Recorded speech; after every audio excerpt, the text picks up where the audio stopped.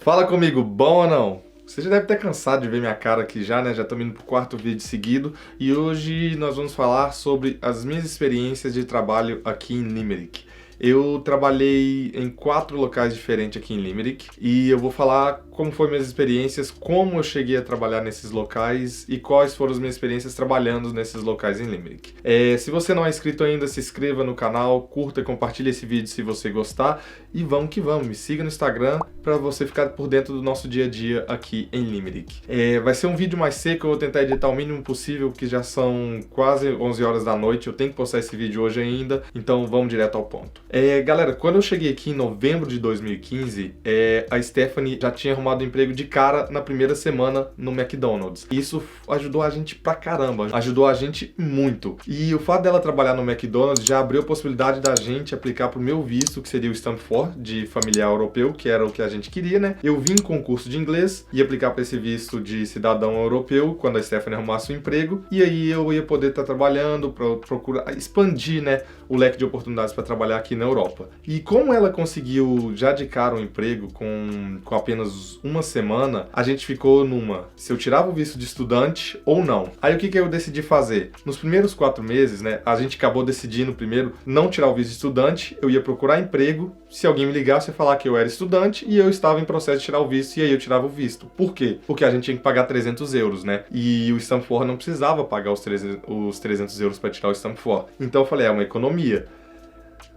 Hoje eu penso melhor eu deveria ter tirado o visto de estudante e aí depois tentava arrumar um emprego, até porque eram mais oportunidades. Por quê? Durante 4 meses, novembro, dezembro, janeiro, fevereiro, eu apliquei para vários lugares para trabalhar, principalmente pizzarias. Eu era pizzaiolo no Brasil, trabalhei por 4 anos no Brasil como pizzaiolo, então eu já vim para cá e falei, caraca, vai ser muito bom porque eu vou ter uma oportunidade muito boa como pizzaiolo na Europa, porque todo mundo come pizza e pizza é a mesma coisa em qualquer lugar do mundo, assim, de modo grosso, pizza é pizza. E dito e feito, eu consegui na Milano, que é uma pizzaria muito grande, consegui, acho que chamava Stone Oven, e outros dois não, e outro lugar, foram 3 lugares que eu consegui assim de cara, pelo menos a chamada pro telefone, mas quando eu falava que era estudante, estava aplicando pro visto, eles não queriam, porque primeiro que o meu inglês não era tão bom, então provavelmente eu não soube me explicar bem, mas eu acho que eu fazia parecer que ia ser um trabalhão, tá, você vai me contratar e eu vou aplicar pro visto, e aí quando eu receber o visto, entendeu? É tipo,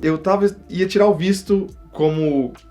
Assim, como quando você dá entrada no processo do Stamp 4, você já está registrado ali que você está dependendo do Stamp 4, então eu não preciso de ter outro visto. Eu tenho o Stamp 4, enquanto eu não recebo o Stamp 4 temporário, eu posso ficar aqui, entre aspas, sem visto, mas na imigração tá tudo registrado que eu tô aplicando, e aí eu ganho o visto temporário e depois eu pego o visto definitivo. E nesse período sem visto, eu tentava explicar pra eles falando, olha, eu posso começar, aí eu vou, assim que você confirmar, sei lá, eu nem lembro como é que era a conversa que eu tinha na cabeça, mas era mais ou menos assim, se eu arrumasse um emprego, eu aplico pro visto, e eu tentava explicar isso pra eles, e obviamente o patrão não ia querer. E eu fiquei 4 meses assim, com algumas oportunidades apareceram, né, eu tava aplicando, mas não peguei por causa disso, porque eles não queriam pegar uma pessoa que não tinha visto ainda. E aí, em fevereiro, eu acho, a gente recebeu a confirmação do visto, foi muito rápido o nosso processo, antigamente era muito rápido, e a gente recebeu a nossa confirmação do visto. E quando eu recebi a confirmação do visto, para pegar o visto provisório, eu peguei o visto provisório no final de fevereiro para março, mais ou menos, que foi quando a Stephanie me indicou para trabalhar no McDonald's. E com visto provisório você já pode começar a trabalhar, você já tem os direitos que o visto te dá. Mas esse visto provisório é para definir se você vai ser realmente confirmado ou não. Não sei até por que tem um visto provisório, mas eu tive esse visto provisório por um tempo e pude fazer tudo. E aí, em março, a Stephanie me indicou no McDonald's. Ela trabalhava no McDonald's mais longe do centro, que é ali na Ennis Road, perto do Jetland Shopping, e me indicou. Eu fiz a entrevista para trabalhar aqui no centro. Quando você chegar aqui em Limerick, ou se você já tá aqui, esse McDonald's do centro, eu trabalhei lá. Se eu não me engano, eu fui o primeiro brasileiro a trabalhar nesse McDonald's do centro, e foi muito bom pro meu inglês. E aí eu fiz a entrevista, meu inglês já estava um pouco melhor, que eu dediquei esses 4 anos para aprender inglês, e por isso que eu falo nos outros vídeos que eu saía conversando em loja, saía batendo papo, eu morava na acomodação estudantil, então eu conversava com os outros estudantes, e eu praticava bastante o inglês. Quando eu entrei no McDonald's, meu inglês não era bom, mas eu trabalhava só com Irish e polonês. Então foi assim, eu falo ou você não vai desenvolver. E aí foi, eu sempre fui muito curioso, perguntava, nunca tive vergonha de perguntar, nunca tive vergonha de falar errado, falava errado, eu perguntava como é que era o certo, e assim foi indo, e o McDonald's eu fiquei lá de março, abril, maio, foram 3 meses, até junho na verdade, foram 3 meses mais ou menos, fiquei no McDonald's, e eu arrumei um outro emprego numa pizzaria. E o interessante de eu ter arrumado nessa pizzaria foi que é o Cobblestone, também fui um dos primeiros brasileiros a trabalhar lá, eu acho que teve um brasileiro só que trabalhou antes, e eu tava lá com a Stephanie, a gente tinha saído pra beber, saímos com algum amigo, não lembro quem foi, e eu fui ao banheiro. E aí eu cheguei, na verdade a Stephanie foi ao banheiro e falou: meu marido é pizzaiolo. E falou assim por nada, eles nem deram moral. E aí depois eu fui lá e falei: olha, eu sou pizzaiolo, tenho experiência com isso, vendi meu peixe, sabe? Cheguei lá e falei: olha, eu sei fazer pizza, quero muito trabalhar com pizza, tô trabalhando no McDonald's e blá blá blá. Eu gostava muito de trabalhar no McDonald's, era muito da hora, eu desenvolvi bastante, aprendi muita coisa, eu gostei muito de trabalhar no McDonald's. É uma coisa que é muito padrão, mas assim, depois que você pega a manha, como eu já tinha trabalhado na cozinha, eu já tinha meio que o ritmo de trabalhar em cozinha, peguei a manha ali, velho, desembolava ali na cozinha. E depois, quando eu fui nessa bancada do Cobblestone, que era uma cozinha pequenininha, hoje é uma cozinha maior, e falei: olha, eu trabalho com pizza, vendi meu peixe mesmo, falei que fazia pizza, fazia isso no Brasil, blá blá blá. Falei, na verdade, a realidade, eu tinha experiência, e eles tava pegado, tava muita gente, e eles não me deram muita moral também. Eu, de boa, subi pro banheiro, voltei e comi, bebi e voltei pra casa. E por coincidência, ou por obra do destino, não sei, aquela coisa, é Deus. No outro dia eu fui ao Tesco, que é o supermercado daqui. Eu não costumo ir no Tesco domingo de manhã, até porque domingo de manhã, normalmente eu tô jogando futebol. E eu tava no Tesco, essa pessoa que eu nem lembrava mais, eu já tava um pouco bêbado, que é o Tomek, ele chegou pra mim no Tesco e falou: você tava no Cobblestone ontem?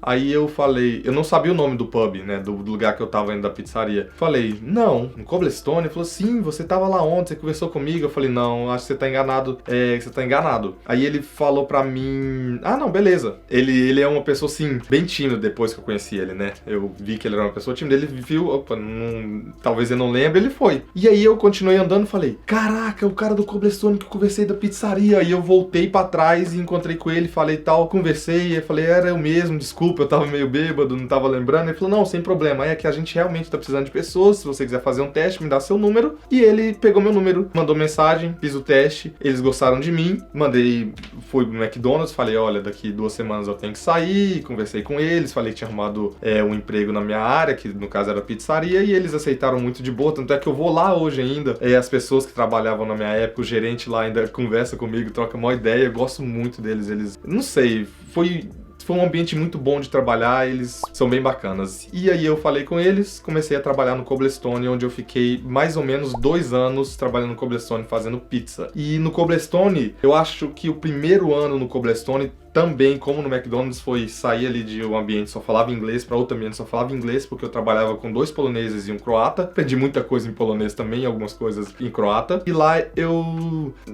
desenvolvi muito meu inglês. Desenvolvi bastante meu inglês, porque era uma cozinha menor que o McDonald's, então as pessoas que eu trabalhava eram mais amigas, né? Porque era menor, então eu sempre via elas. No McDonald's tinha escala, horário, essas coisas, e lá era mais as 4 pessoas, nós 4. Na hora que o bicho pegava era só nós 4. E aí desenvolvi bastante meu inglês, trabalhei como pizzaiolo lá por 2 anos, foi muito, muito, muito bom. Daí no primeiro ano foi só inglês o tempo todo, e do segundo ano, no começo do segundo ano meu no Cobblestone, começou a vir mais brasileiros, alguns que eu convidei, né, que eu indiquei, e outros que foram indicação de quem eu indiquei.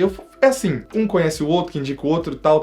Se eu não me engano, hoje a cozinha lá que tá maior, antes só cabia 4 pessoas na cozinha apertada, hoje cabe umas 8 pessoas, a maioria da cozinha é brasileira. Por isso, cada um vai indicando o outro, por isso que eu falo que é importante você conversar e ter um network, né? E no segundo ano foi mais falando mais português, que a cozinha começou a ficar com bastante brasileiro. E aí até puxando um lado, assim, questão do inglês, eu diria assim, que quando eu comecei meu inglês veio assim pra Irlanda, subindo. Eu entrei no McDonald's, ele subiu mais ainda, com o Cobblestone subiu mais ainda, depois comecei a trabalhar mais com brasileiro, ele deu uma diminuída, e isso é normal, viu, gente? Se você fala mais português e fala menos inglês, você vai, sim, falar inglês um pouco... Você vai ficar mais, como eu diria, mais enferrujado no inglês, e isso é normal se você falar mais. Tipo, essa época da cozinha que tinha só brasileiro era muito massa, era sensacional.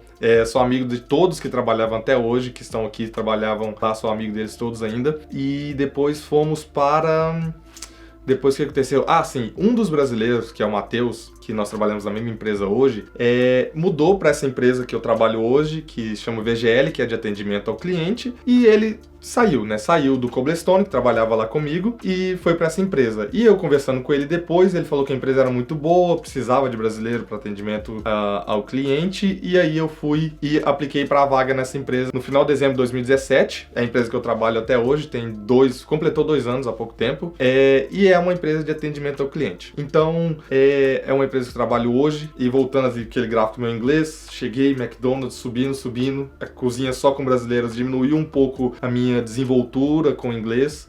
Não vou falar que eu perdi conhecimento, que eu acho que para você perder o conhecimento do inglês que você aprendeu, demora mais, é mais tempo, mas perdi um pouco da desenvoltura, e aí quando eu entrei nessa empresa, foi quando que eu atendia pessoas em português, muito pouco, mas atendia inglês da Austrália, inglês do Reino Unido, inglês dos Estados Unidos, inglês que não era nativo, que falava italiano falando inglês, espanhol falando inglês, africano falando inglês, nigeriano, paquistanês, tailandês, chinês, enfim, todo mundo que entrava em contato na nossa plataforma em inglês, eu atendia, né? Eu e as outras pessoas, obviamente, é uma empresa muito grande, e isso pra mim foi que deu um boom no meu inglês. E hoje eu continuo trabalhando na empresa, só que eu trabalho focado no mercado brasileiro bem especificamente, e agora meu inglês já tá começando assim, até que eu cheguei num certo nível do meu inglês que ele já está mais estável. Para ele cair ou aumentar, eu preciso me esforçar bastante para ele melhorar, e para ele piorar eu preciso simplesmente parar de falar inglês.